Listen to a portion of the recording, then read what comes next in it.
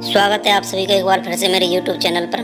जिन्होंने अभी तक चैनल सब्सक्राइब नहीं किया वो कृपया चैनल सब्सक्राइब कर लें। तो आज की कहानी है भगवान बलराम एवं देवी रेवती की विवाह की कहानी। तो आइए चलते हैं। हिंदू धर्म की एक कथा के अनुसार सतयुग में रेवतक नाम के एक राजा थे जिनका संपूर्ण पृथ्वी पर शासन था। उनकी एक पुत्री थी जिसका नाम राजकुमारी रेवती था।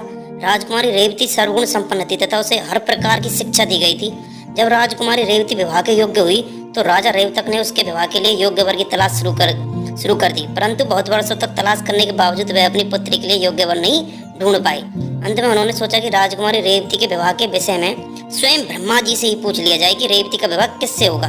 ऐसा निर्णय लेकर राजा रेवतक ने अपनी पुत्री को साथ में लेकर ब्रह्मलोक जाने का निश्चय किया। ब्रह्मलोक पहुंचने पर उन्होंने ब्रह्मा जी से राजकुमारी रेवती के विवाह के विषय में पूछा।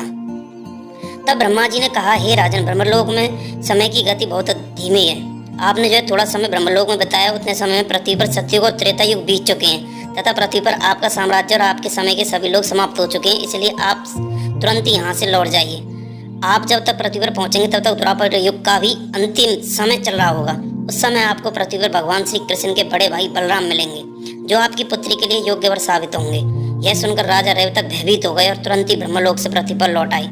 राजा रेवतक जब पृथ्वी पर पहुंचे तो पृथ्वी के देखकर वे आश्चर्यचकित रह गए। उनके अनुसार जो उन्हें पृथ्वी से ब्रह्मलोक जाकर वापस आने में कुछ ही समय लगा था, लेकिन इतने थोड़े से समय में ही पूरी पृथ्वी का रूप बदल चुका था। अब पृथ्वी पर सतयुग के जैसे जीव जंतु, पेड़ पौधे और वातावरण नहीं थे।